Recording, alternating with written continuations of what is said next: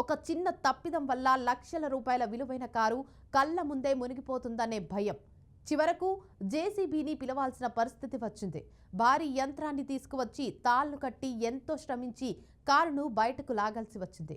గంటల పాటు జరిగిన ఆపరేషన్ తర్వాత కారు బయటపడింది. కానీ అప్పటికే అది నీటిలో మునిగి డ్యామేజ్ అయ్యే అవకాశం ఉంది. ఒక చిన్న నిర్ణయం ఎంత ఖరీదైన ఫలితాన్ని ఇచ్చిందో ఇది చూపిస్తోంది. ఇక ఈ ఘటన గురించి సమాచారం అందుకున్న గోవా పోలీసులు వెంటనే అక్కడికి చేరుకున్నారు. గుజరాత్ రిజిస్ట్రేషన్ ఉన్న ఆ కారును స్వాధీనం చేసుకున్నారు.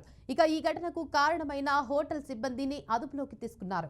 ఎందుకంటే గోవా బీచ్లలో వాహనాలను నడపడం, ముఖ్యంగా నీటి దగ్గరకు తీసుకెళ్లడం నిషేధం. ఇది కేవలం ఆస్తి నష్టం మాత్రమే కాదు, ప్రాణాలకు కూడా ప్రమాదం. ఇక్కడ ఒక ముఖ్యమైన విషయం గుర్తుంచుకోవాలి.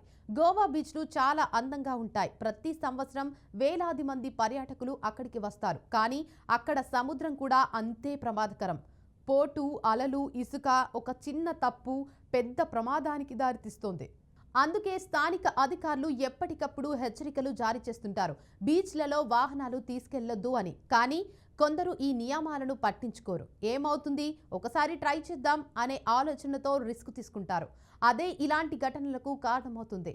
సోషల్ మీడియాలో కూడా ఈ ఘటనకు సంబంధించిన వీడియో వైరల్ అవుతుంది. కారు మెల్లగా నీటిలో కూరుకుపోతున్న దృశ్యాలు చూసిన వాళ్ళు షాక్ అవుతున్నారు.